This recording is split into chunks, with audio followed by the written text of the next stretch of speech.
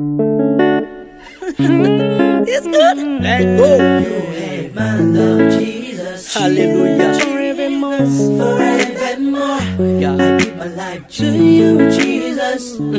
La sagesse a bâti sa maison. Elle a taillé ses 7 colonnes. C'est écrit à Proverbe, chapitre 9, au verset 1.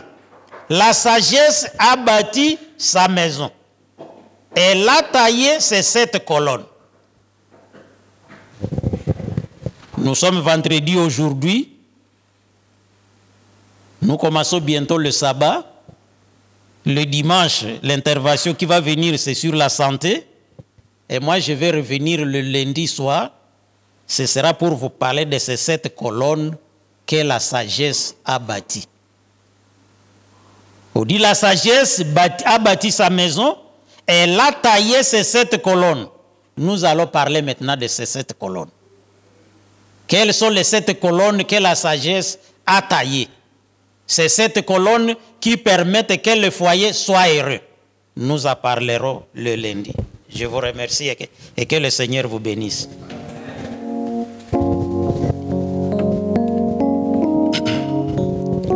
Merci. Nous disons merci à notre ancien.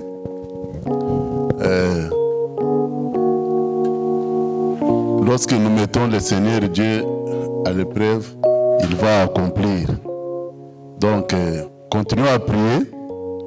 Chacun de nous, comme nous qui sommes déjà là-bas, nous connaissons comment chacun de nous avait prié. Mais ce que on connaît nous tous notre patriarche, Pasteur Moulumba. J'espère qu'il a, partout où il passe, il a toujours témoigné comment il s'est rencontré avec notre bergère. Nous connaissons l'âge très avancé de notre pasteur. Mais lui, quand il s'est mis à prier, Dieu lui a dit, regarde là-bas dans votre école là, et votre chorale. Quand il regarde, il voit notre maman. Ah! Oh, moi, Dieu lui dit, c'est ça votre femme. Il dit non, je demande les signes. Quand il est sorti, il arrive pour aller à l'église. Il avait dit, la première personne que je veux me rencontrer avec elle, c'est celle-là. Les jours où il est sorti, il s'est rencontré avec notre bergère. Et, ça devient sérieux. Mais elle est encore petite. Et aujourd'hui, nous connaissons comment cette famille est bâtie. Donc, le Seigneur a son plan pour chacun de nous, comment nous pouvons nous marier. Et, frère, tu as compris? Alors, nous allons digérer avec numéro 128, première et dernière strophe, pour que le pasteur fasse son entrée.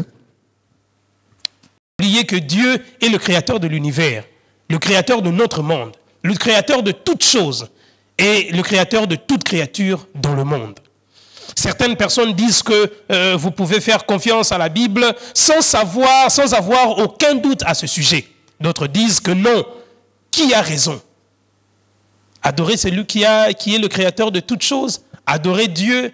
Adorer celui, mon sauveur. Il y a beaucoup de terminologies et beaucoup de raisons et d'arguments avancés quant à ce qui concerne qui est-ce que nous devons réellement adorer. Alors aujourd'hui, des millions de personnes croient que nous sommes le résultat de l'évolution. Au cours de milliards d'années, nous avons évolué à partir des cellules simples jusqu'aux animaux marins, puis aux animaux terrestres, et enfin, nous sommes devenus des hommes. Nous l'avions démontré l'autre fois en parlant des singes qui a commencé à évoluer. Il y a l'homo sapiens, le sapiens, et ainsi de suite. En évoluant, on passe du singe jusqu'à devenir l'être humain. Mais on continue à voir ce singe-là jusqu'aujourd'hui. Il n'évolue plus. Et nous, les êtres humains qui provenons du singe, nous n'évoluons plus. On a compris que c'était du farce. C'était une théorie qui tournait le dos à ce que la vérité de la Bible enseigne. Elle pense que c'est le hasard qui a présidé cette évolution ou quel est le résultat d'un accident que nous ne comprenons pas. Nous, lorsque nous abordons la Bible, nous savons exactement d'où provient ce monde, qui est à l'origine de la création de ce monde et où va ce monde. Quel est le plan ou le projet que le créateur de ce monde a formé? Nous nous étions tous mis d'accord que la théorie sur l'existence par hasard ne tenait pas. debout. Mais savez-vous que Dieu nous a donné un symbole pour son œuvre en tant que créateur? Il nous a donné quelque chose qui devait nous rappeler chaque semaine que c'est lui qui nous a créés et qui a créé notre monde et notre univers. Si la Bible est vraie, alors votre destinée éternelle entière dépend de savoir si vous la croyez et si vous l'acceptez. Ce que vous croyez au sujet de la Bible fait toute la différence pour ce que vous croyez au sujet de Dieu. Il y en a plusieurs qui croient en la Bible. Mais est-ce qu'au sujet de Dieu, nous avons des croyances fondamentales sur lesquelles nous basons exactement notre foi et toute notre existence? En fait, il nous a donné ce rappel hebdomadaire dès la fin de la semaine de la création. Nous avions démontré qu'il était le seul parmi tant d'autres dieux qui a prétendu être l'auteur de la création, le concepteur et le réalisateur de toute la création. Et sans hésiter, sans tituber, il nous a même donné les récits. Il a même commencé à expliquer comment est-ce qu'il a procédé. Et il a dit que c'est en 6 jours qu'il a créé. Et il a démontré ce qu'il a fait jour après jour. Mais presque le monde entier a oublié ce qu'est ce rappel. Et aujourd'hui, j'aimerais qu'on s'attelle sur ça. Sans ce rappel, la plupart des gens ont oublié que Dieu est celui qui a créé le monde. C'est pourquoi, à notre époque, aujourd'hui où nous sommes en train de vivre, le monde dans lequel nous nous trouvons,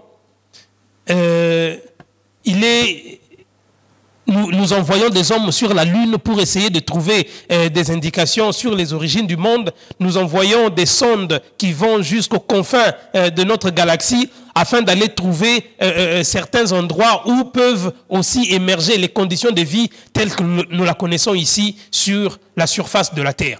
Tout ça, ce sont des voies et moyens qui portent l'homme à tourner le dos et à oublier que le Dieu que nous prions, le Dieu en qui nous croyons, est réellement le Créateur. Et il y en a même des croyants, il en existe des chrétiens qui croient en Dieu et qui croient en Jésus. Ils sont baptisés et se disent nés de nouveau. Et c'est vrai, c'est une réalité. Mais qui tournent le dos au Dieu qui est Créateur. Ce n'est pas que le propre des incroyants ou des athées, mais il en existe des chrétiens qui refusent aussi cet aspect. Et nous allons le découvrir ensemble. C'est pourquoi, à notre époque, aujourd'hui, nous envoyons des hommes sur la Lune pour essayer de trouver des indications sur les origines du monde.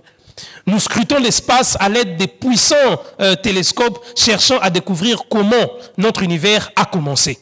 Jetons donc un coup d'œil sur le grand livre que nous avions découvert l'autre fois, la Bible, aussi appelée la parole de Dieu. Et voyons si nous y trouvons des preuves montrant si elle est vraie ou fausse, donc si nous pouvons lui faire confiance ou pas. Ce livre, nous avions découvert que ce n'était pas qu'un simple livre ou un livre ordinaire, mais c'était toute une bibliothèque des livres, tout un tas de livres à la fois associés, écrits sur une période de 1400 ans. Et chaque auteur a écrit en sa période, inspiré par le même esprit. Et il n'y a aucune contradiction, peu importe le nombre d'années sur lesquelles s'étale l'écriture et la composition de toutes les saintes écritures que nous avons. Pourquoi tous ces efforts, toutes ces dépenses, tous ces intenses intérêts? Parce que nous voulons trouver les réponses à notre grande question. Laquelle question? Sommes-nous seuls dans l'univers? Comment sommes-nous arrivés ici et pourquoi nous sommes ici? Et surtout, où allons-nous? Et la recherche continue. Pendant ce temps, les réponses sont juste devant nos yeux. Mais nous sommes un monde qui a oublié, qui ne se souvient plus d'où il provient. À un monde qui a oublié Dieu, l'Éternel est en train de dire, souviens-toi que je suis ton Créateur. Et pour t'aider à te souvenir, je t'ai donné un signe, je t'ai donné un symbole. À cette époque de l'histoire où l'évolution nous enseigne que nous sommes le résultat du hasard, Dieu nous dit, tu n'es pas le résultat du hasard. Tu n'es pas le résultat de l'évolution. C'est moi qui t'ai créé. C'est moi qui t'ai fait. Et d'ailleurs, je t'ai fait à mon image et selon ma ressemblance. Il est beaucoup plus simple de croire à quelque chose de beaucoup plus précis qui démontre d'où nous provenons que de croire à l'inconnu et supposer que c'est le hasard, c'est quelque chose qui est tombé du ciel comme ça. Mais certains demanderont, quel est donc ce signe ou symbole qui nous rappelle que Dieu est notre créateur? Vous souvenez-vous que nous avons étudié ce que Dieu a créé au cours de chaque jour de la création, la première semaine de l'existence de notre planète. Lisez avec moi dans les psaumes, le chapitre 33, le verset 8. La création est un événement impressionnant. Comment Dieu a-t-il fait et si vite? Vous savez, les témoins de Jéhovah, par contre, eux, ils enseignent, ils disent que Dieu n'a pas créé en 6 jours, mais il a créé en 6 périodes. Et chaque période fait équivalence à 1000 ans. Donc c'est en 6000 ans que Dieu a créé. Ils croient que Dieu a créé, mais ils disent cette rapidité, cette vitesse de 6 jours, c'est impossible. On ne peut pas faire tout ce qui existe en 6 jours. Il l'a fait en 6 périodes, en 6000 ans. C'est ce qu'ils enseignent. Mais par rapport à la vérité de la Bible ne nous parle pas des périodes. La Bible ne nous parle pas des millénaires d'années. La Bible parle de 6 jours. Et elle est claire, elle parle des jours littéraux. Et à la fin de chaque jour, elle mentionne qu'il eut un soir et il eut un matin. Comme si la Bible savait que des gens allaient s'attaquer à cette théorie pour dire que non, il ne s'agit pas des jours littéraux comme ça, il s'agit des jours, je ne sais pas moi, prophétiques ou comment. Ils disent une période de 1000 ans. La Bible dit non. Note aujourd'hui, pendant que je suis en train de faire, il eut un soir et il eut un matin. Lorsque vous avez un soir, vous avez un matin, vous avez un jour. Vous n'avez pas 1000 ans. Un jour de 24 heures. Le jour littéral. Alors, comment est-ce que cela s'est fait aussi vite? Et c'est la Bible qui nous donne la réponse. Je vous invite à lire, j'avais dit psaume 33, le verset 8. Que toute la terre craigne l'Éternel, que tous les habitants du monde tremblent devant lui, car il dit et la chose arrive. Il ordonne et elle existe. Raison pour laquelle nous devons craindre Dieu. Ce n'est pas n'importe qui. Ce n'est pas n'importe quel type de créature ou d'homme ou de personne. C'est quelqu'un qui parle. Et quand il parle, il a assez de pouvoir et de puissance pour que sa parole appelle à l'existence ce qui n'existait pas. Il n'a pas besoin de descendre. Quand il dit que la lumière soit, il descend, il commence à prendre la matière, il mélange avec ceci. Et puis après, bouf, il fait des mélanges et le soleil est créé. Non! Il est assez puissant et assez fort. Quand il parle, la chose arrive directement. C'est la raison pour laquelle vous devez le craindre. C'est comme ça qu'il a réussi à faire avec une vitesse inégalable. C'est comme ça qu'il est unique et il est souverain. Et il n'y a point de Dieu comme lui. Nous ne pouvons comprendre comment, mais Dieu est capable d'amener les choses à l'existence par sa parole. La parole de Dieu, qu'elle soit parlée ou écrite dans la Bible, est créatrice et très puissante. Son harmonie ne peut s'expliquer que si nous reconnaissons que c'est Dieu qui nous a donné ce livre afin de pouvoir nous communiquer sa volonté. Lorsque vous lisez dans Genèse, le chapitre 2, le verset 1er, il dit « Ainsi furent achevés les cieux et la terre et toute leur armée. En 6 jours, Dieu amena le monde à l'existence revêtu de verdure et d'arbres, des fleurs et des rivières. Il produisit la lumière du soleil, les couchers du soleil et la lune à contempler toute la nuit. Mais par-dessus tout, et qu'il a créé 2 êtres humains parfaits, hommes et femmes. Quel honneur! C'est comme ça qu'aujourd'hui, même quand on parle de l'homosexualité, on parle des transgenres. Ce sont des sujets contre nature. Dieu, dans l'harmonie, dans sa souveraineté, savait qu'il devrait y avoir 2 types de personnes. Un homme et une femme. Lui-même observe l'homme pendant qu'il était seul. Et il dit, il n'est pas bon que l'homme soit seul. Je lui ferai une aide semblable. Et cette aide, c'est la femme. Mais aujourd'hui, vous trouvez des hommes qui se regardent et disent, non, non, non, non, non, non. Il convient, il est mieux que je sois avec un autre homme. Dieu dit qu'il n'est pas bon. Et nous, les hommes, nous venons nous disons, attendez. Et tout ça, c'est pour s'opposer contredire et nier même qu'il existe un être suprême qui établit l'équilibre sur l'existence. Vous devez faire attention parce que vous connaissez ces choses et vous êtes avisés. Mais Dieu n'avait pas encore terminé son œuvre, parce qu'on nous dit au verset 27 que Dieu créa l'homme à son image et il le créa à l'image des dieux. Alors Dieu n'avait pas encore terminé son œuvre, il lui restait encore une chose à faire. Pasteur, il a fait en 6 jours, qu'est-ce qui restait encore à faire? Remarquez soigneusement ce que dit, d'après la Bible, arriva le jour suivant, c'est-à-dire le 7e jour, après avoir tout créé, après avoir travaillé pendant 6 jours. Ce n'était pas encore la fin. La fin n'était pas encore arrivée. Et après le 6e jour, il eut le 7e jour. Lisez avec moi le chapitre 2, le verset 2. Toujours de Genèse. On nous dit, Dieu acheva au 7e jour de son œuvre qu'il avait faite. Et il se reposa au 7e jour de toute son œuvre qu'il avait faite. Dieu bénit le 7e jour et il le sanctifia parce qu'en ce jour, il se reposa de toute son œuvre qu'il avait créée en la faisant. Et il continue en disant, voici les origines des cieux et de la terre quand ils furent créés. Les hommes cherchent les origines. Nous sommes à la quête des origines de notre existence. Mais la Bible dit, voici quoi? Les origines. Notre Dieu est merveilleux. Dieu seul peut sanctifier quoi que ce soit. Et la Bible nous affirme que Dieu sanctifia le 7e jour. Il y a beaucoup de jours, il y en a au total 7. Mais il n'a sanctifié qu'un seul. Et il est le seul capable de sanctifier un jour ou quelque chose. L'homme n'a pas ce pouvoir. L'homme n'a pas cette capacité, surtout l'homme pécheur. Impossible. Totalement impossible. Sanctifier quelque chose, c'est le mettre à part pour un usage saint. Dieu mit le sabbat à part de tous les autres jours de la semaine. Ce jour fut mis à part comme saint, totalement consacré à Dieu. Il y a des gens qui se demandent quelle différence entre un jour ou un autre cela peut-il faire? On entend ça, ça se dit, ça se raconte partout lorsque l'on aborde la question des jours de la semaine. Peut-être que cette illustration va nous aider à comprendre beaucoup plus précisément. Alors, le jour de son mariage, une femme est sanctifiée ou mise à part pour un seul homme, n'est-ce pas? N'est-ce pas vrai?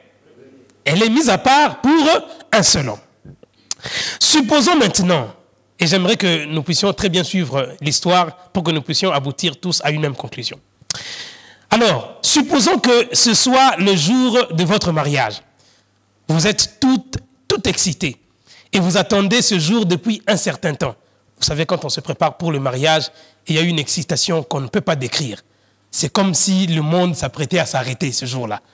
Et c'est comme ça qu'on décrit le jour du mariage comme le jour unique, le meilleur même de l'existence d'une personne. Alors, supposez aussi que votre future épouse a 6 sœurs. Au cours de la cérémonie de mariage, une seule femme est unie à un seul homme, n'est-ce pas? Ok. Elle est mise à part et elle cesse d'être une parmi 7. Elle est sanctifiée, consacrée à son mari par le mariage.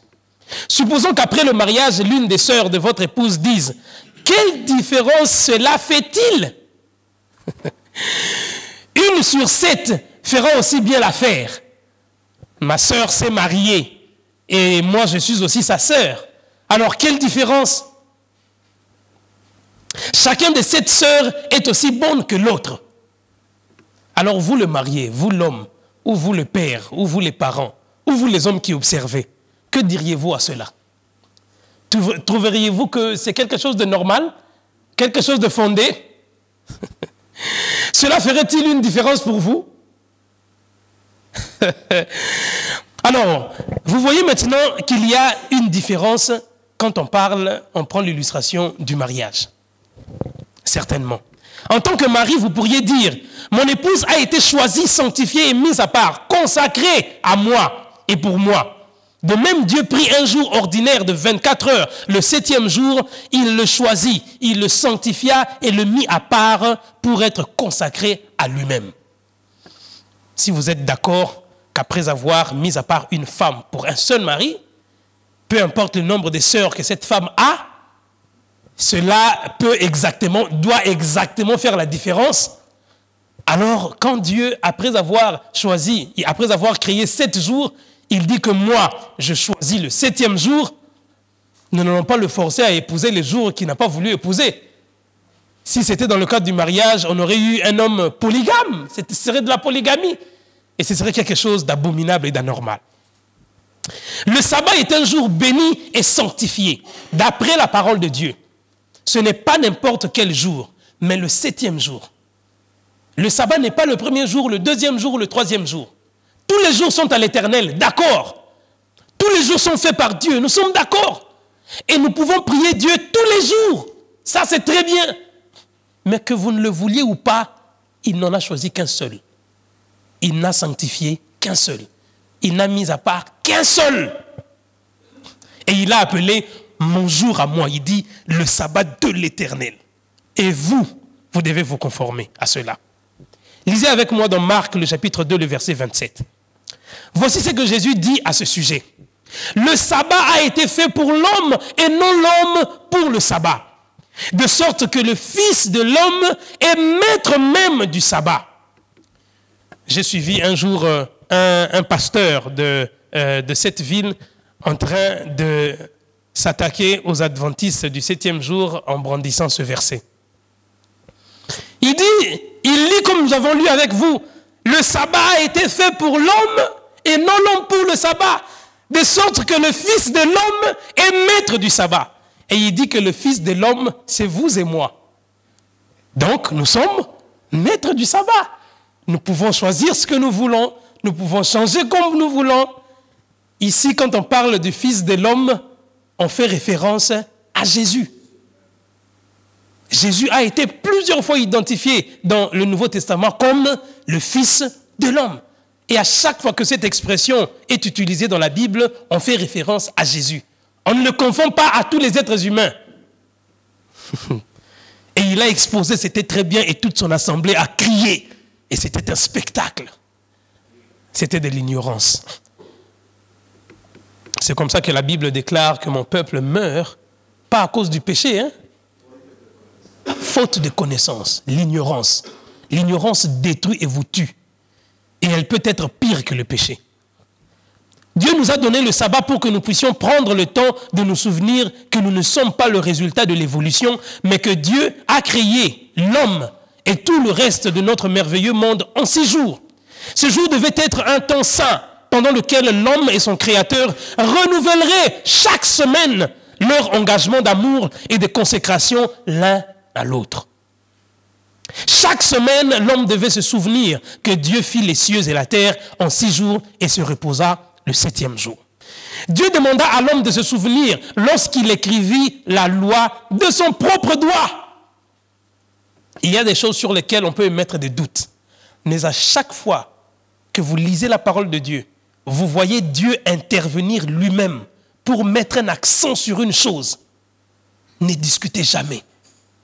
N'allez même pas poser des contre-arguments. Ne philosophez même pas. Là où vous avez peut-être trouvé un homme parler, posez des questions. Émettez des doutes et cherchez à connaître la vérité. Mais là où vous voyez Dieu lui-même, la Bible dit qu'il est descendu lui-même sur le mont Sinaï. Il a écrit de son propre doigt toute une loi. Et parmi ces 10 commandements, il vient insister sur le 4e. Il dit, souviens-toi. Dieu demanda à l'homme, lorsqu'il écrivit la loi de son propre doigt, il dit, le 4e commandement se trouve au milieu de cette loi sacrée de Dieu. Dieu a dit à l'humanité de se souvenir de ce jour, parce qu'en 6 jours, il avait créé la terre, la mer et les sources d'eau. On a démontré l'autre fois que les mers, les sources d'eau ne viennent pas des comètes, comme la science l'enseigne. Les comètes sont tombées sur la surface de la terre, ils ont explosé et ça a libéré des glaces. Non, c'est faux. C'est Dieu qui est créateur de toutes sources d'eau. Et c'est lui qui les a faites par la puissance de sa parole. Il a commandé et les choses ont existé. Ils auraient vécu chaque semaine le rappel de leurs racines. Si le sabbat avait toujours été observé comme mémorial de la création, il n'y aurait pas aujourd'hui ni évolutionnistes, ni infidèles et ni sceptiques. Ils auraient vécu chaque semaine le rappel de leurs racines et de leurs relations avec leur Créateur. Au fur et à mesure que le péché se répandait sur la terre, l'homme oublia d'où il venait, pourquoi il était là et où il allait. La perte de la connaissance ou l'oubli de nos origines ne sont pas forcément dus, je ne sais pas moi, par l'égoïsme ou l'insatiété, l'insatisfaction de l'homme. Le péché est derrière tout.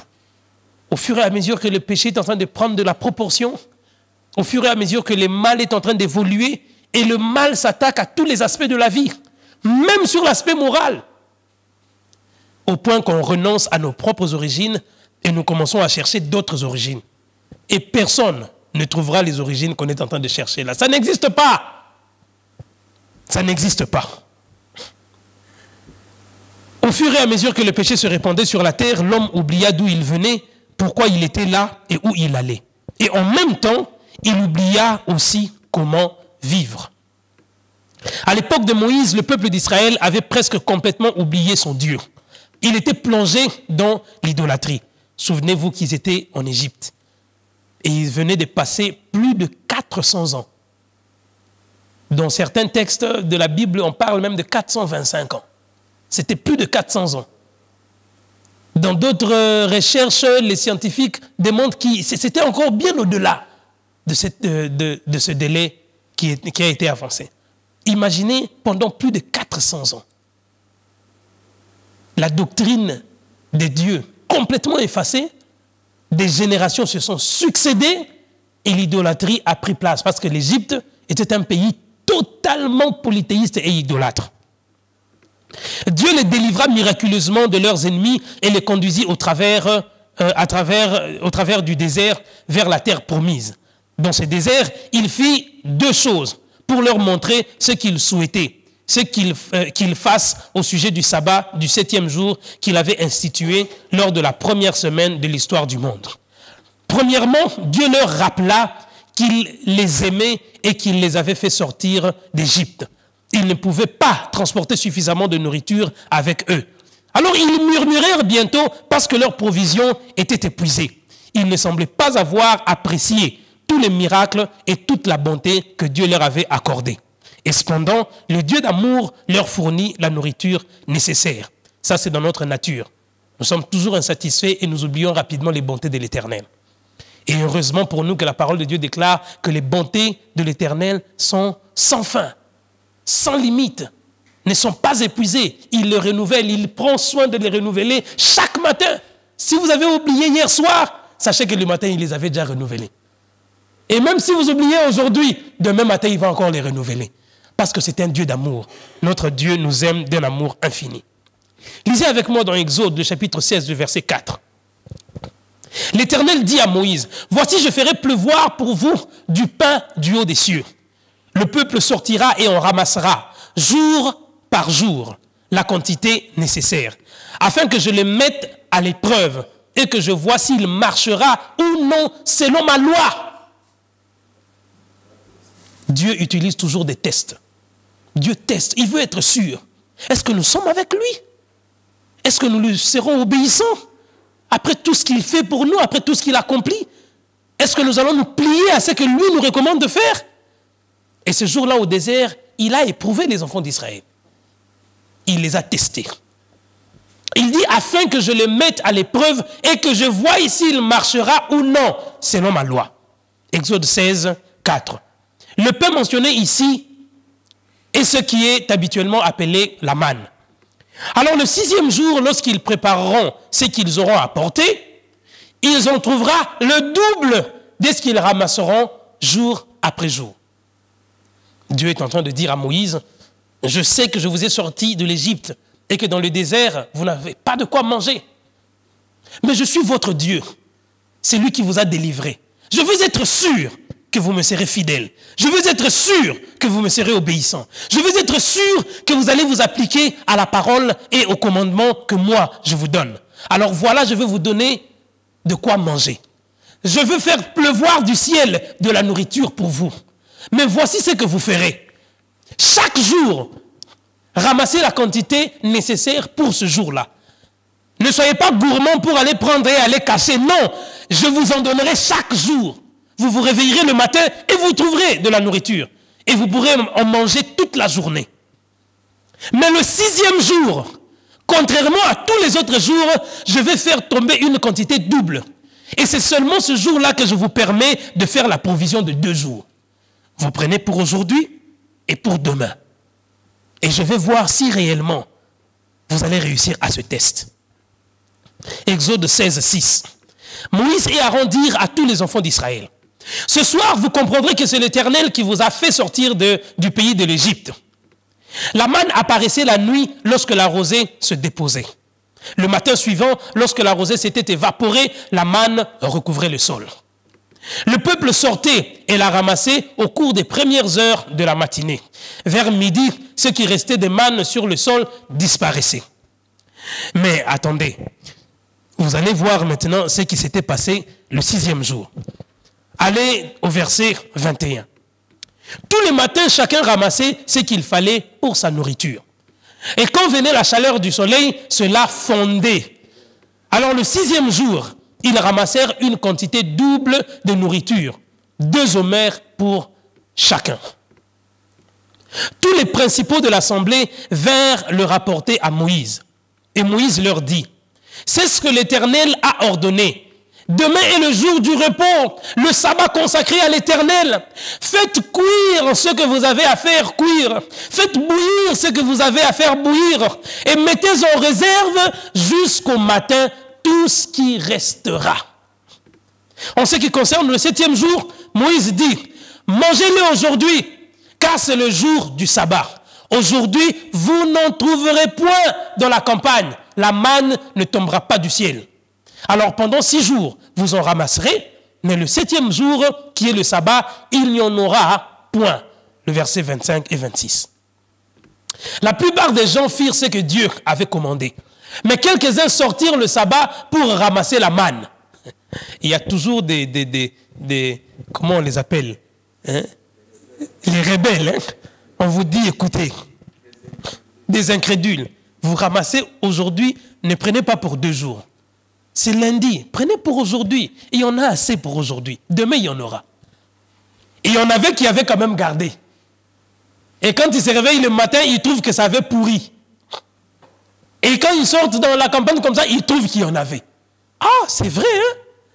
Il n'a pas menti. Les jours suivants, ils n'ont plus gardé. Ils ont commencé à utiliser pour chaque jour. On arrive le 6e jour, il leur dit: aujourd'hui, contrairement à tous les jours, faites quoi? Prenez-en une quantité double, car demain il n'y en aura pas. Oh, ne vous inquiétez pas. Tu te rappelles l'autre fois, j'avais ramassé la quantité du double et tu sais ce qui est arrivé, non? Et aujourd'hui, tu veux prendre le risque de prendre encore double. Prends pour aujourd'hui, demain on va en ramasser et on en trouvera encore davantage. Et remarquez ce que Dieu dit à ce sujet. Le verset 28, toujours du même livre d'Exode, chapitre 16. Alors l'Éternel dit à Moïse: jusqu'à quand refuserez-vous d'observer mes commandements et mes lois? Considérez que l'Éternel vous a donné le sabbat. C'est pourquoi il vous donne au 6e jour de la nourriture pour 2 jours. Que chacun reste à sa place et que personne ne sorte du milieu où il est au 7e jour. Que chacun garde, que chacun fasse la quantité double. L'homme a toujours cette tendance à aller à l'encontre de ce que Dieu établit.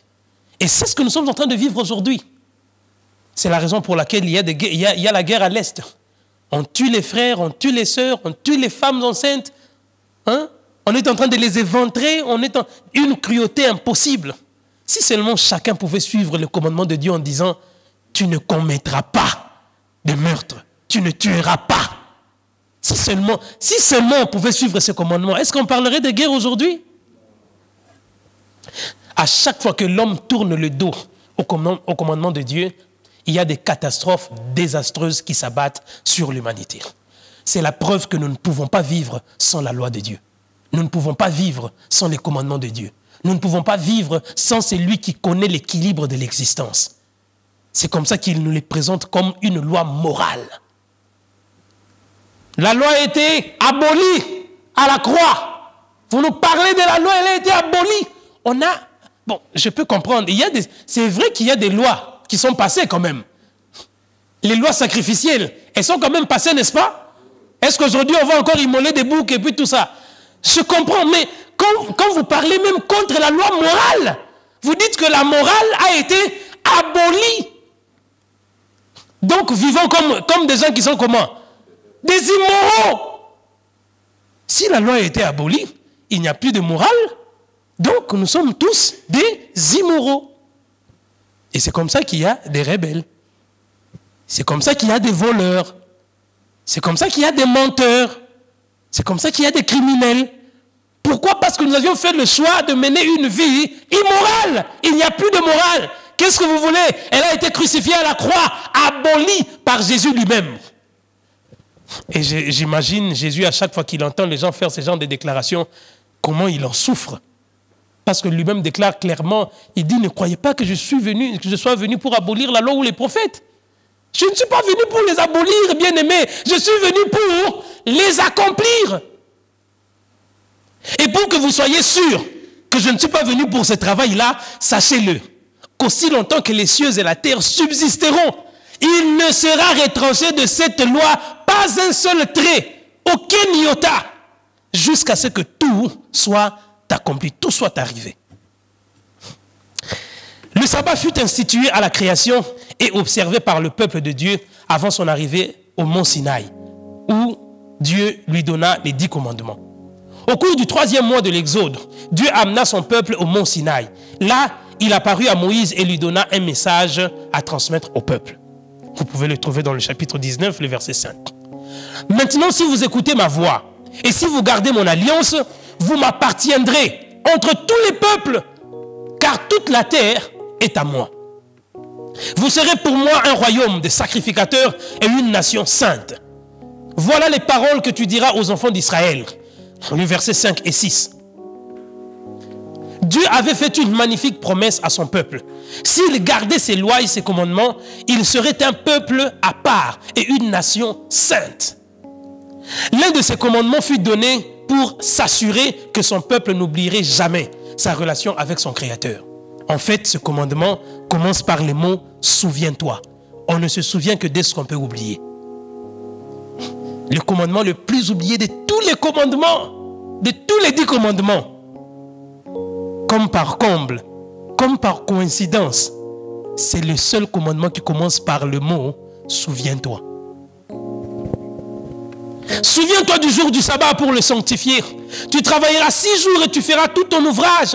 Mais le 7e jour est le sabbat de l'Éternel ton Dieu. Tu ne feras aucun ouvrage, ni toi, ni ton fils, ni ta fille, ni ton serviteur, ni ta servante, ni ton bétail, ni l'étranger qui réside chez toi. Car en 6 jours, pas en 7 jours, pas en 6 000 ans, pas en 6 périodes, l'Éternel a fait le ciel, la terre, la mer et tout ce qui s'y trouve. Et il s'est reposé le 7e jour. C'est pourquoi l'Éternel a béni le jour du sabbat et l'a sanctifié. C'est Dieu qui a béni le jour du sabbat. C'est Dieu qui l'a sanctifié. Ce ne sont pas les hommes. Ils n'en ont pas la qualité. Ils n'en ont pas la puissance. Ils n'en ont pas le pouvoir. Donc le sabbat est au centre et surtout au cœur de ces 10 préceptes. Le jour du sabbat est un mémorial de la création. Il est aussi vieux que le monde lui-même. Dieu promet à son peuple de nombreuses bénédictions s'il lui obéit et se souvient du mémorial de la création. Lisez avec moi dans Ésaïe le chapitre 58, le verset 13. Il dit, « Si tu retiens ton pied pendant le sabbat pour ne pas faire ta volonté en mon saint jour, si tu fais du sabbat tes délices pour sanctifier l'Éternel en le glorifiant, et si tu l'honores en ne suivant point tes voies, en ne te livrant pas à tes penchants et à des vains discours, alors tu mettras ton plaisir en l'Éternel. » Si l'homme se souvenait de ce mémorial, beaucoup de problèmes auxquels il doit faire face, un Dieu oublié, une vie sans signification, une crise d'identité serait résolue. Et il n'y aurait pas d'évolutionnisme. Il n'y aurait même pas d'évolutionniste. Charles Darwin, quand il a commencé sa théorie de l'évolution, si seulement il connaissait ce commandement et qu'il s'y soumettait, personne n'aurait parlé de la théorie de l'évolution aujourd'hui. À chaque fois qu'on tourne le dos au commandement de Dieu, on crée un désastre. Mais chose triste à dire, le peuple de Dieu oublia de l'adorer en son saint jour. Bientôt, il se mit à adorer des dieux des bois, les dieux des pierres, et ils avaient perdu leurs racines. Il y eut le réveil de l'observation du sabbat au cours des siècles, lorsque les prophètes de Dieu ramenaient l'attention du peuple vers le Dieu créateur. Les Israélites eux-mêmes étaient très rebelles à cette loi. Ceux qui n'observent pas le sabbat aujourd'hui ne sont pas les premiers. Le peuple que Dieu a qualifié son peuple réussissait d'une manière ou d'une autre à enfreindre ce principe. Le sabbat fut institué avant que les Juifs n'apparaissent sur la scène de l'histoire. Dieu n'a pas limité une telle bénédiction à une seule nation. Non, le sabbat, c'est une affaire des Juifs. Dieu a donné le sabbat aux Juifs. Et quand on entend parler du sabbat, on pense toujours à Israël. Dieu n'a pas institué le sabbat lorsqu'une nation a existé sur la surface de la terre. Genèse, le chapitre 2, du 1er verset au 3e verset, relate clairement, il dit « Ainsi furent achevés les cieux et la terre, ainsi que toutes leurs armées. En 6 jours, l'Éternel a fait les cieux et la terre, la mer et les sources d'eau, tout ce qui s'y trouve. Et le 7e jour, il se reposa de toute son œuvre qu'il avait créée, qu'il avait fait en la créant. C'est pourquoi l'Éternel a béni le 7e jour et l'a sanctifié. » Il y avait quelle nation dans Genèse chapitre 2, le verset 2? Il y avait combien de personnes sur la surface de la terre quand Dieu a instauré le sabbat? 2. Il y avait des Kassaïens là-bas, il y avait les Français, il y avait des Américains, il y avait des Juifs. Le sabbat est plus vieux que les Israélites eux-mêmes. Dieu n'a fait que le rappeler au mont Sinaï. Ésaïe, le chapitre 56, le verset 6. Dieu invite tous les hommes partout dans le monde à se souvenir du sabbat et à l'observer avec lui. Tous ceux qui garderont le sabbat. Je les amènerai sur ma montagne sainte et je les réjouirai dans ma maison de prière. Car ma maison sera appelée une maison de prière pour tous les peuples. Nulle part dans la Bible, le sabbat n'est appelé le sabbat des Juifs. Si vous connaissez ce verset, ou si vous le trouvez, venez me le dire. Je reviendrai sur cette même chair. Je réunirai toutes les conditions qu'il faut et je vais me repentir de ce que je suis en train de dire maintenant là. Si vous trouvez ne serait-ce qu'un seul verset qui prouve et qui démontre ou qui cite clairement que le sabbat est pour les Juifs, je reviendrai ici et je me réponds. Et je ferai tout ce que vous voudrez que je fasse. Le sabbat a été fait pour l'homme et non l'homme pour le sabbat, tel que Marc 2, 27 le déclare. Ce sont les paroles de Jésus lui-même. Dieu dit, le 7e jour est le jour du repos de l'Éternel ton Dieu. Exode chapitre 20, le verset 10. Jésus a dit que le Fils de l'homme est maître du sabbat. Matthieu le chapitre 12, le verset 8. Parce que c'est lui qui l'a institué. C'est lui qui était en train de créer ce jour-là. C'est lui qui était en train de le donner à Moïse sur le mont Sinaï. C'est comme ça qu'il dit, vous voulez me donner des leçons sur une chose que moi, j'ai instituée? Allez savoir que c'est pour vous que je l'ai fait. Et moi, je suis le maître du sabbat que j'ai créé pour vous. C'est pourquoi Jean, dans l'Apocalypse, l'appelle le jour du Seigneur. Aujourd'hui, lorsque les gens vont à l'église le dimanche, ils disent le jour du Seigneur. Pourquoi? Parce que le jour du Seigneur est très souvent on le fait toujours référencer au dimanche à partir de la résurrection de Jésus. Jésus est ressuscité le premier jour de la semaine, c'est-à-dire le dimanche. C'est comme ça que quand on parle du jour du Seigneur, c'est exactement le premier jour de la semaine, dimanche. Est-ce que c'est ce que la Bible nous enseigne? Nous allons le découvrir ici. Le sabbat est plus qu'un mémorial de la création et du Créateur. C'est un signe entre l'homme et son Dieu. Ézéchiel, le chapitre 20, le verset 20. Sanctifiez mes sabbats et qu'ils soient entre moi et vous un signe auquel on connaisse que je suis l'Éternel, votre Dieu. Si l'Éternel est votre Dieu, alors vous garderez les sabbats comme un signe qui confirme et qui démontre réellement que vous êtes son peuple et que lui est votre Dieu. C'est lui qui a déclaré saint le jour du sabbat à l'issue de la semaine de la création est le même qui transforme les pécheurs en saints. Notre Créateur est aussi notre Sauveur. Ézéchiel continue, le verset 12. Je leur ai donné aussi mes sabbats comme un signe entre moi et eux, pour qu'ils connaissent que je suis l'Éternel qui les sanctifie. Le sabbat fut institué avant l'apparition du péché sur la terre et sera encore célébré après que le péché aura été banni de la surface de la terre et à tout jamais. Vous pouvez le trouver dans Ésaïe, le chapitre 66, le verset 22. Car comme les nouveaux cieux et la nouvelle terre que je vais créer subsisteront devant moi, dit l'Éternel, ainsi subsisteront votre postérité et votre nom. Il continue. À chaque nouvelle lune, à chaque sabbat, toute chair viendra m'adorer, dit l'Éternel. Même dans l'éternité, nous continuerons à célébrer le sabbat de l'Éternel. Parce que même dans l'éternité, notre Dieu continuera à être le créateur de toutes choses. Au travers de toute l'éternité, le peuple de Dieu célébrera le sabbat pour l'honorer comme créateur et rédempteur. Si le sabbat était célébré avant l'apparition du péché sur la terre, et s'il est encore célébré sur la nouvelle terre, n'est-il pas si raisonnable de penser que le peuple de Dieu doit le célébrer à notre époque? Il a existé avant le péché. Et la Bible nous confirme qu'il existera après le péché. Bon, pendant que le péché est en train de régner, pensez-vous qu'il n'est pas nécessaire et raisonnable de continuer de l'observer? Beaucoup de choses ont changé après que l'homme ait chuté. Beaucoup de réalités ont connu des transformations après la chute de l'homme. Mais Dieu s'est arrangé de préserver deux éléments symboliques. Ces éléments, peu importe le péché, ils n'ont jamais changé. Ils n'ont jamais été soumis à l'influence du péché jusqu'à perdre leur essence.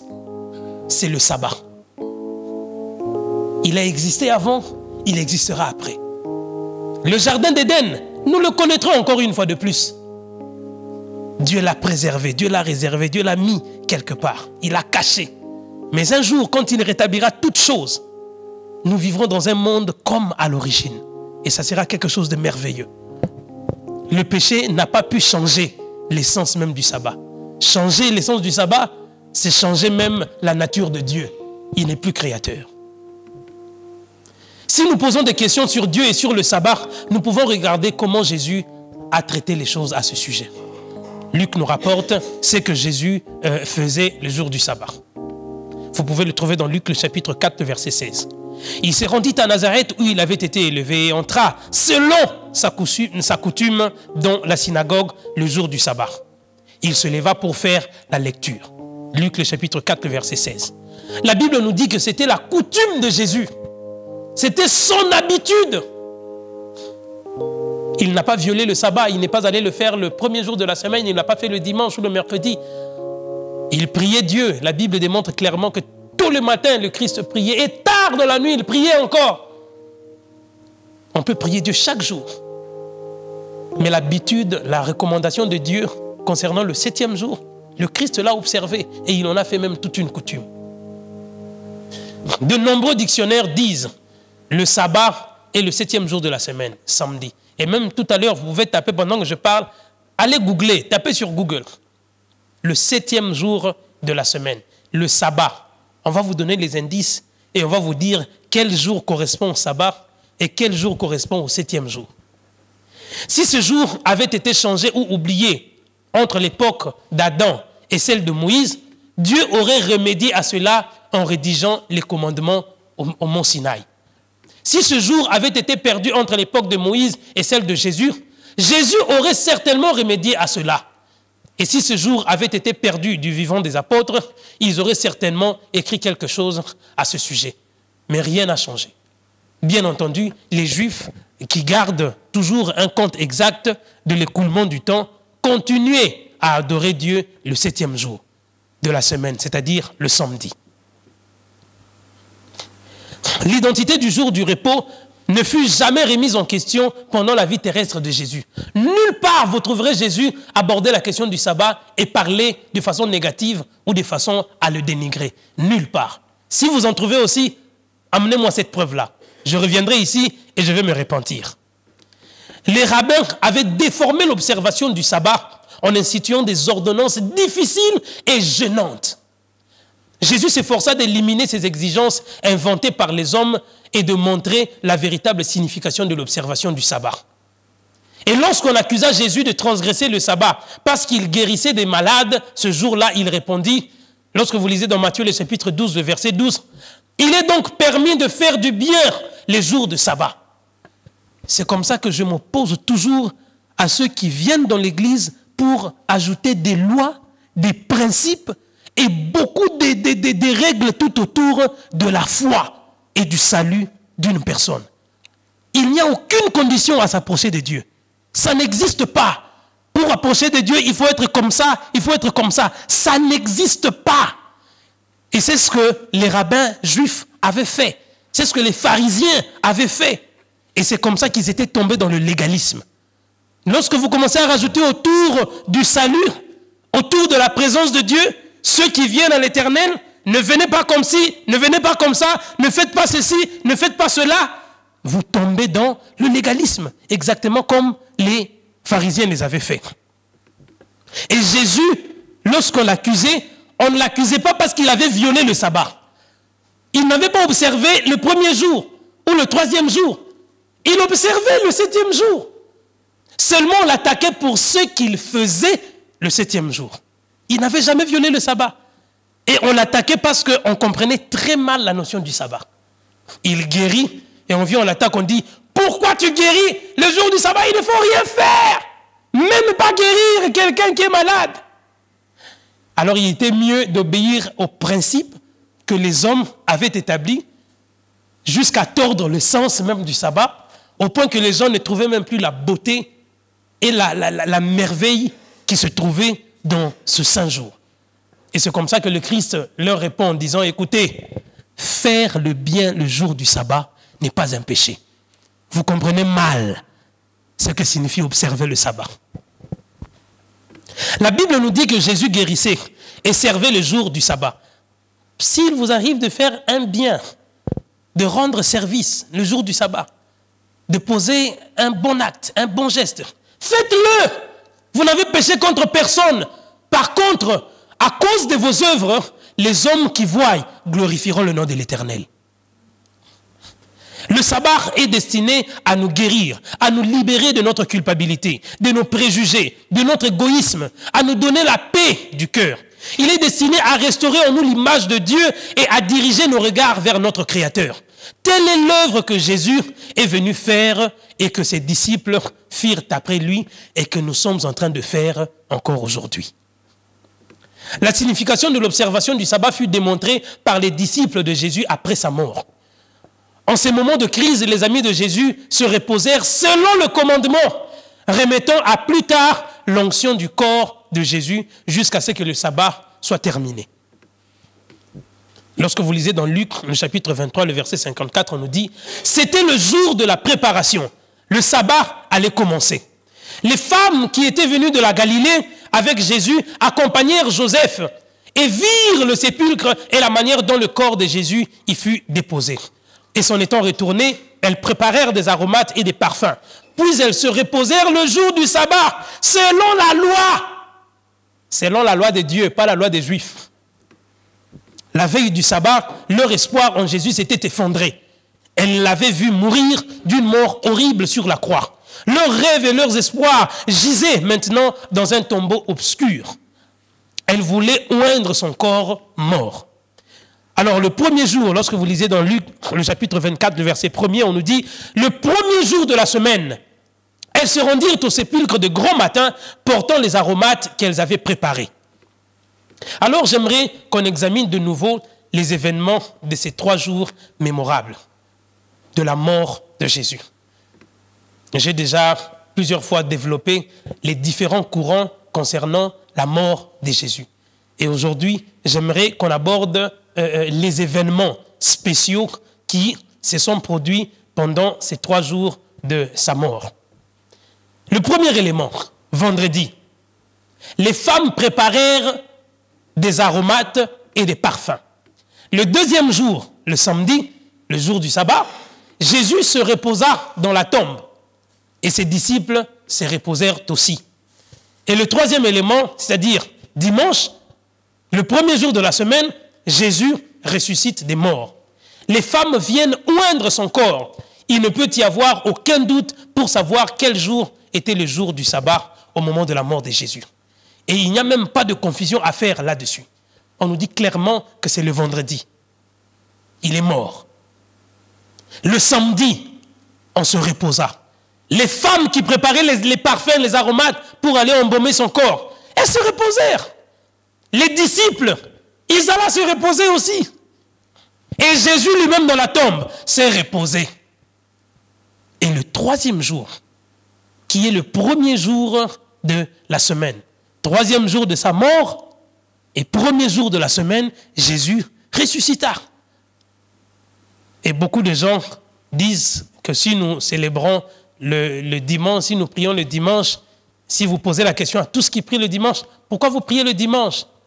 La raison la plus avancée, c'est Jésus est ressuscité le dimanche. Jésus était à la croix le jour de la préparation et s'écria, tout est accompli. L'œuvre de la rédemption était accomplie. Il se reposa dans la tombe le jour du sabbat et ressuscita le dimanche, premier jour de la semaine. Même dans la mort, Jésus observa le sabbat. Il se reposa dans la tombe le jour du sabbat. Si nous nous approchons de la croix, nous avons l'impression qu'observer n'importe quel jour sur 7, ça n'a vraiment pas de sens. Toucher au sabbat, ce serait toucher à la création, au Sinaï et au calvaire lui-même. Il y a 3 éléments principaux. Lorsque vous violez le sabbat, vous avez directement touché à ces 3 éléments. Lorsque vous violez le sabbat, vous piétinez l'œuvre de la création. Vous niez. Vous n'êtes pas différent des athées et de tous ces scientifiques qui font la quête pour trouver les origines en allant dans les confins de l'univers pour trouver comment est-ce que nous sommes venus à la vie. Le deuxième élément, lorsque vous violez le sabbat, vous êtes en train de remettre en question la descente même de Dieu lui-même sur le mont de Sinaï afin de donner les commandements. Et il les a écrits de son propre doigt. Il n'a pas dit à Moïse, va écrire. Non, il a écrit lui-même. Et lorsque Moïse a pris les 2 tablettes, les a brisées, les a détruites en trouvant le peuple en train de s'apostasier, Dieu n'a pas laissé à Moïse le soin d'aller écrire. Il a réécrit lui-même. Il a dicté lui-même. Et il les a encore remis à Moïse. C'est après que l'homme a fait une copie. Mais la version originale a été écrite du doigt de Dieu lui-même. Craignons Dieu. Craignons Dieu. C'est très important. Oui, cela a une importance de savoir quel jour sur les 7 nous célébrons. Il y a un auteur chrétien qui s'appelle George Van Men qui a écrit en disant « Comment pouvons-nous voir ces disciples refuser de profaner les saintes heures du sabbat, même pour une mission d'amour ? Comment pouvons-nous le voir mourir sur la croix parce qu'on ne pouvait faire aucun compromis avec la loi, même pour sauver sa propre vie ? Comment pouvons-nous nous tenir dans la lumière éblouissante du calvaire et déclarer que ça n'a aucune importance ? Un jour à se rappeler. Le Créateur a dit, souviens-toi, et pourtant il y a tant de gens qui oublient. Comme si Dieu savait qu'il fallait vraiment se souvenir, parce que constamment nous oublions. Telle n'était pas l'intention de Dieu. Jésus s'attendait à ce que les chrétiens observent le sabbat à travers tous les siècles. Lorsque vous lisez dans Matthieu le chapitre 24, le verset 20, il dit « Priez pour que votre fuite n'arrive pas en hiver, ni un jour de sabbat. » Jésus est en train de donner une prédiction, et dans sa prédiction, il insiste en disant que le sabbat sera toujours là. Et priez pour que votre fuite ou que votre malheur n'arrive pas un jour du sabbat. Et le Nouveau Testament, donc Jésus s'attendait à ce que les chrétiens observent encore le sabbat en l'an 70, au moment de la destruction de Jérusalem. Lorsque vous lisez dans les Actes, le chapitre 17, le verset 1er, le Nouveau Testament nous rapporte que les disciples de Jésus observaient le sabbat après sa résurrection. Ils arrivèrent à Thessalonique, où les Juifs avaient une synagogue. Paul y entra selon sa coutume. Pendant 3 sabbats, il discuta avec eux d'après les Écritures. Il y en a qui enseignent qu'après la résurrection et la suite des disciples, l'observation du sabbat n'avait plus continué. Mais dans les actes, nous voyons clairement les disciples continuer à observer encore cela. Lorsqu'ils sortirent, on les pria de parler le sabbat suivant sur les mêmes choses. Le verset 44, le sabbat suivant, presque toute la ville se rassembla pour entendre la parole de Dieu. Le livre des Actes des Apôtres nous rapporte que Paul tint 84 réunions un jour de sabbat.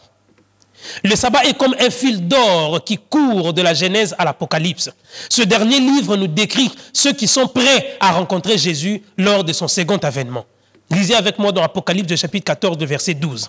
Il dit, c'est ici la persévérance des saints qui gardent les commandements de Dieu et la foi de Jésus. Aujourd'hui, la plupart des gens témoignent la foi de Jésus, mais bafouent les commandements de Dieu. La plupart des gens, des chrétiens, témoignent l'amour de Jésus. Ils prêchent même l'évangile. Ils disent que Jésus est mon Seigneur et mon Sauveur. Mais les commandements de Dieu foulés aux pieds.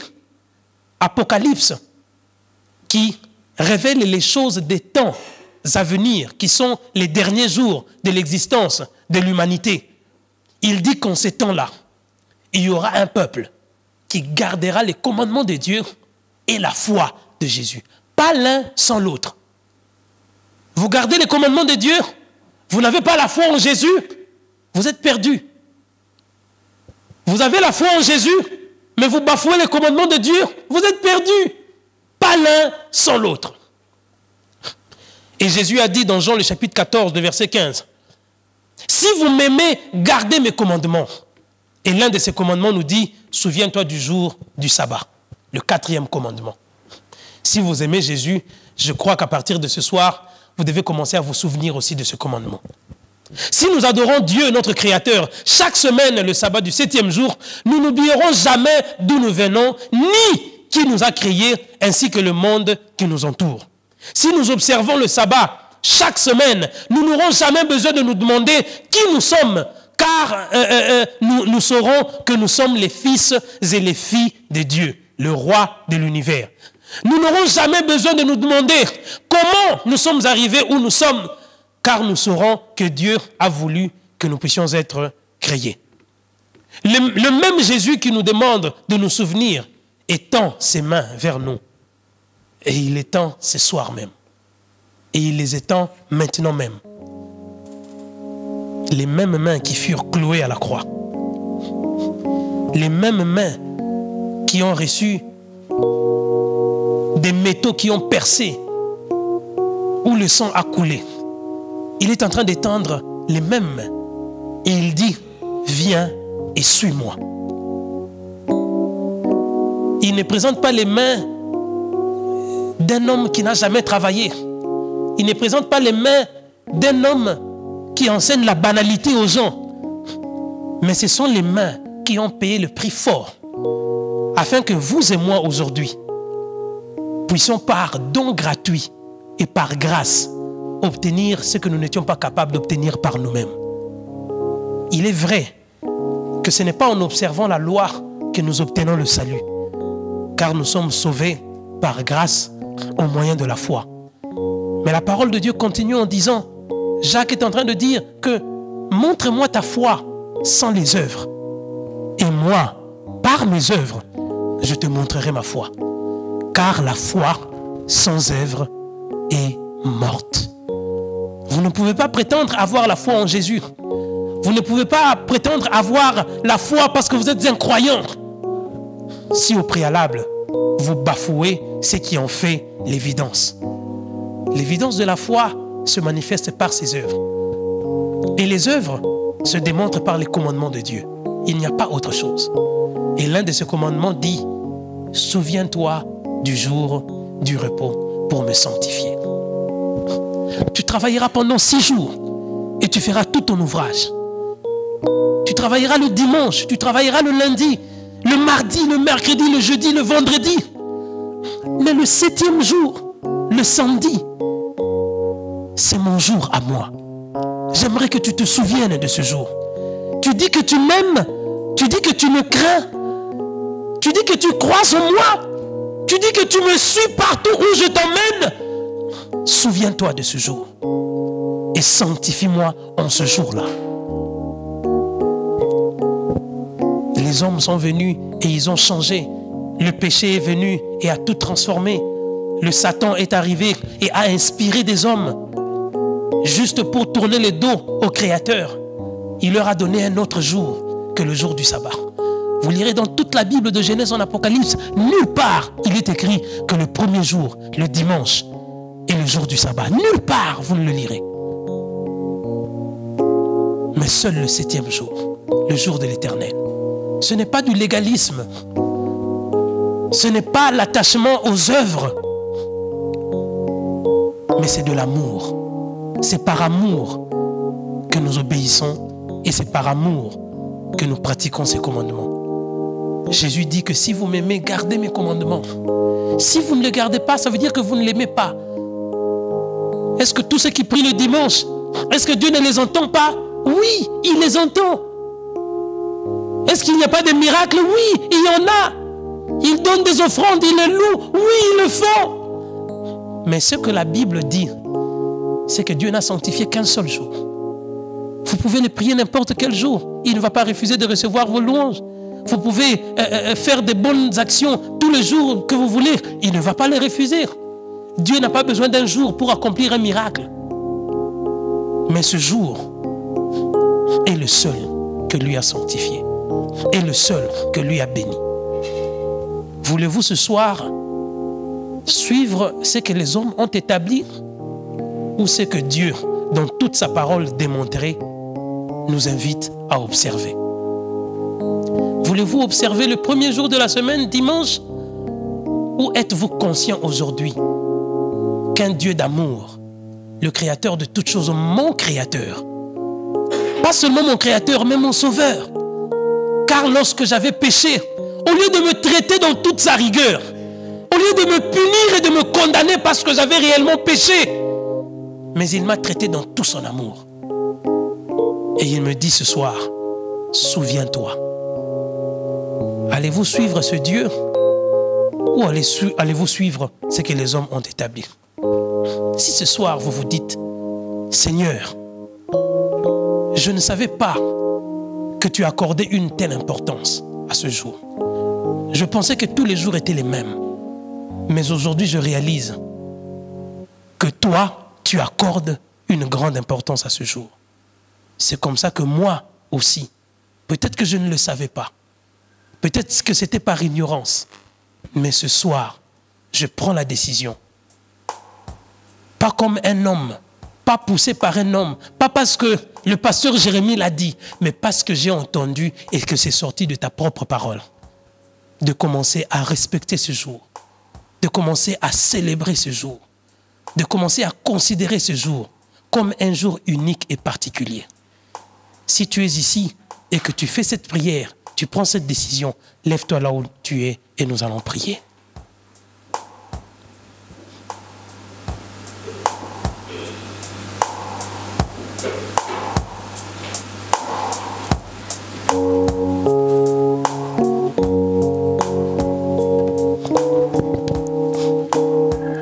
Avant qu'on ait pris,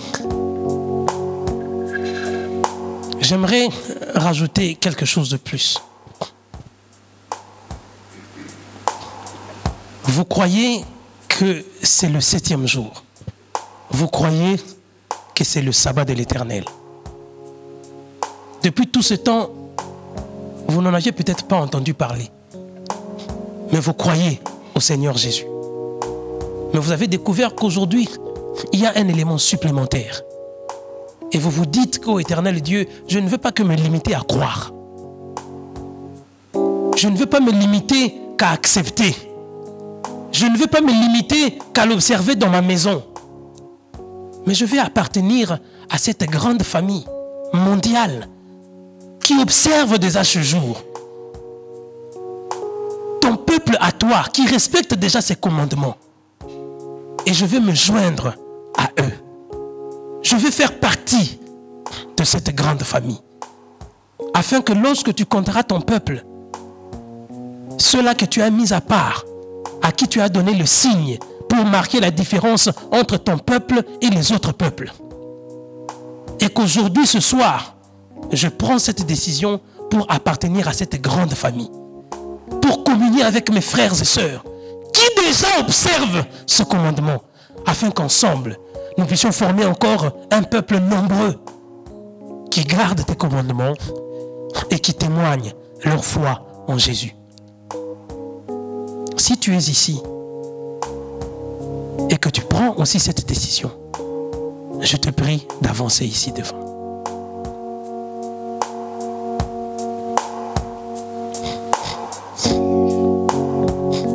Alléluia, alléluia, alléluia, alléluia.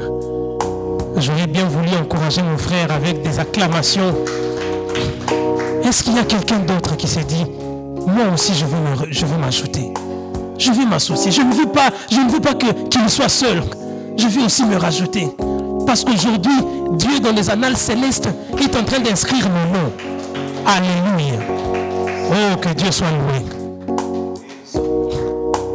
Si tu es encore là et que tu entends le son de ma voix qui continue à résonner et que tu te dis, Seigneur, ça c'est ta voix, c'est toi qui m'appelles aujourd'hui. Je me donne totalement à toi, je me donne complètement à toi. N'hésite pas là où tu te trouves, avance. Avance. Avance avant que je ne prie. Avance avant que l'on ne puisse pas résister. Laisse-toi faire. Seigneur, je te donne ma vie. Je veux te suivre cette fois-ci en respectant tout ce que tu as établi. Je veux mourir avec toi et ressusciter avec toi. À travers les eaux des baptêmes, je veux être renouvelé et appartenir à ce peuple qui garde les commandements de Dieu et la foi en Jésus. Si tu es là, avance avant que je ne prie.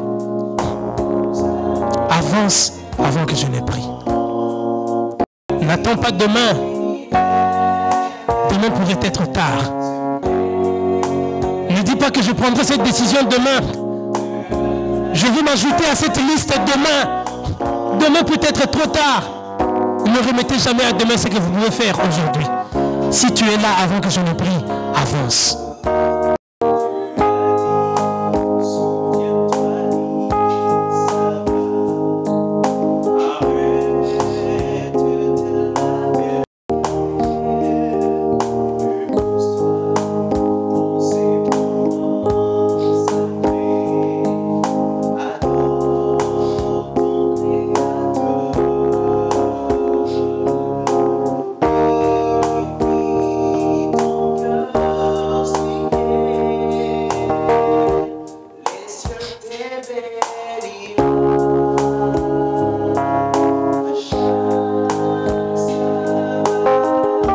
Ancien Jules Mugiraneza, vous pouvez avancer.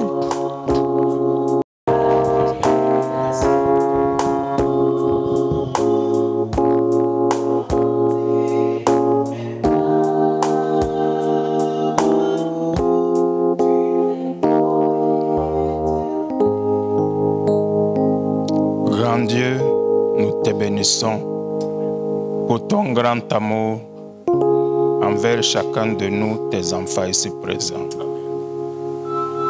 Merci, Père, parce qu'à travers cet enseignement de ce soir, tu nous montres que tu es le seul vrai Dieu créateur. En dehors de toi, il n'y a pas de Dieu. Merci, ô Éternel, parce que tu nous rappelles qu'en mémorial de cette grande œuvre de la création, nous a demandé de sanctifier ton jour de repos, qu'il reste un mémorial. Merci pour tes enfants qui prennent le courage de prendre cette décision, de répondre à ton appel et d'observer ton commandement. Nombreux nous avons été dans la connaissance superficielle. Nous avons surchargé ce sabbat et qui est devenu objet de mépris pour les autres. Mais tu nous as appris, Seigneur, à l'instar de ton Fils Jésus-Christ, comment nous devons observer ce jour de repos. et afin qu'il soit un centre de bénédiction pour tout ton peuple. Nous te recommandons donc tes serviteurs ce jour qui acceptent de suivre pour que tu les accompagnes. Que ton Saint-Esprit les instruise davantage et que tous qui hésitent encore cherchent à comprendre, que ton Saint-Esprit soit à l'œuvre pour que nous tous nous parvenions à la même connaissance et que nombreux nous soyons sauvés. Nous te le demandons au nom de ton Fils Jésus-Christ. Amen. Est-ce qu'on peut encore applaudir? Aujourd'hui, vous avez provoqué la joie au ciel. Les Saintes Écritures déclarent qu'il y a une grande joie dans le ciel, une grande fête dans le ciel, lorsqu'une seule âme se convertit. Pas deux, une seule âme se convertit. Mais imaginez, vous êtes plus d'une seule âme aujourd'hui. Et imaginez quelle joie vous avez provoquée au ciel. Parce que vous avez réjoui le ciel vous réjouira aussi. Parce que Dieu est fidèle et il n'oublie jamais ce que nous faisons en le suivant fidèlement. Alors, vous pouvez reprendre vos places. Le secrétaire ne partez pas juste après. Vous allez vous entretenir avec le secrétaire qui est au fond là-bas. Il va vous repérer. Et demain, nous allons nous retrouver ici à 9h. Nous ne serons pas ici le soir. Demain, ça sera le matin. Et nous allons développer encore un autre sujet merveilleux. Je vous prie de ne pas manquer demain. Parce que ça sera excellemment beau. Ça va nous préparer pour des grands jours à venir. Et donc, demain, nous nous retrouvons ici le matin. Pour le reste, que l'Éternel vous bénisse.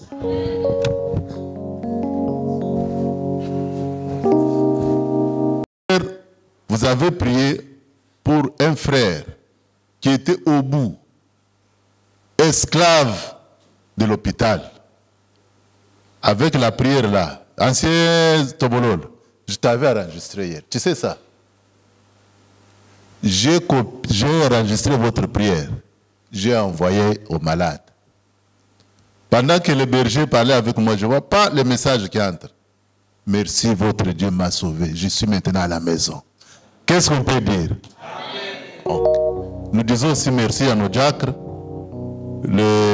Notre boîte est là. Secrétaire, faites-nous la provision des mains de papier. Tu as fait souffrir les diacres.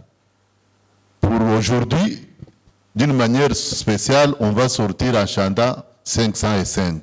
La prière de l'ancien Gilles, c'était une bénédiction pour nous. Au nom de Jésus, Amen. Tout joyeux bénissons le Seigneur.